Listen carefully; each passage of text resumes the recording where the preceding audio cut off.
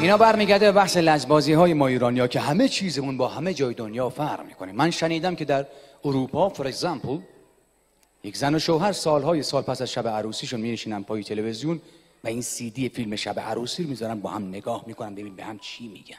فیلم تا پخش میشه زن احساساتی میشه، شروع میکنه صحبت کردن. این صحنه رو یادته؟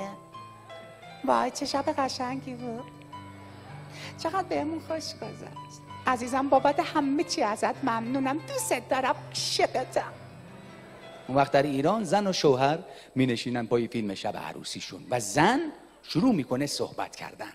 نگاه کن عمتو مثل منگولا میرقصه.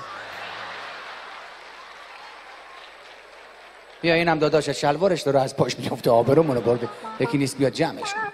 این زنی کم که با دخترش عروسش از اول نشسته داره غیبتمونو میکنه، یعنی از خودت و خانوادت متنفر، همون عاشق. بندری داریم اینجا.